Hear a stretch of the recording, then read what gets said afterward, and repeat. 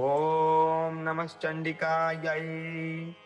आवाहनं न जानामि, न जानामि विसर्जनम्। पूजां चैव न जानामि, क्षम्यतां परमेश्वरी।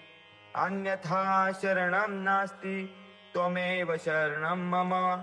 तस्मात् कारुण्यं भावेन रक्षस्वं परमेश्वरी।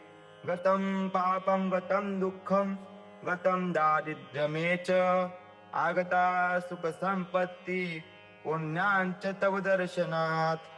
मन्त्रहीनं क्रियाहीनं भक्तिहीनं सुरेश्वरीं यत्पूजितं मयां देवी परिपूर्णं तदस्तु मे। पुत्रं देहि धनं देहि सौभाग्यं देहि मङ्गले याश्च सर्वकामाश्च देहि देवी देवी नमोऽस्तु।